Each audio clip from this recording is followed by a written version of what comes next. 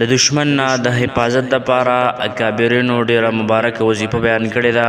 که ستا هر څومره غټ دشمن دی ستا خپله به راځي، که ستا څومره غټ مخالف دی ستا خپله به راځي، ستا تابعدار به جوړېږي، تا سره به محبت کوونکی جوړ شي. دا وظیفه وکړه. داسې دشمنان داسې خویندرونه دي هغوی وایي چېرې موږ پسې دشمنان نښتې دي، کینهور را پسې نښتې دي، بغضیان را پسې نښتې دي، زموږ معمولي ترقي د هغوی نه برداشت کېږي. نو د هغې دپاره موږ ته وظیفه وښیه. نو که تاسو سره څوک بد کوي، څوک در سره بد کوي، تا به څوک خبرې کوي انښتې وي در پسې، او ته وایې چې زه د خپل دشمن نه نجات حاصل کړم. که هغه دشمن ستا کلیوال دی، که هغه د ګاونډي دی، که هغه د کور دی، که هغه د رشته دار دی، نو د هغې نه به الله تعالی نجات درکړي، الله تعالی به تعالی هغې نه خلاصې درکړي.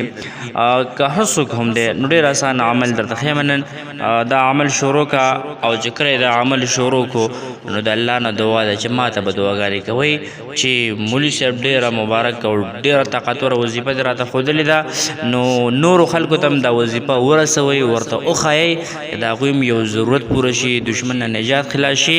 نو موږ تاسو ته به دعاګانې کوي.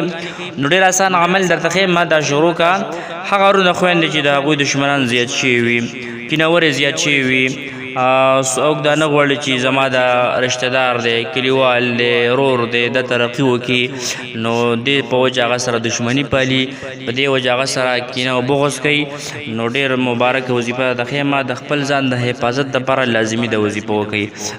هر سړی غواړي چې زما بدن ته د حفاظت وي، زما اولاد ته د حفاظت وي، زما مال ته د حفاظت وي، زما کور ته د حفاظت وي. د هغوی دپاره مبارکه وظیفه ده. کم مسلمان پریشانه دی، دشمن ورته تکلیف دی، نو تاسو به داسې کار وکړئ. ډېر اسان وظیفه ده، ډېر اسان کار دی. داسې کار به وکړئ چې 11 پیرې به تاسو درود شریف ولولئ. څو پیرې؟ 11 کرته به درود شریف هغه ولولئ.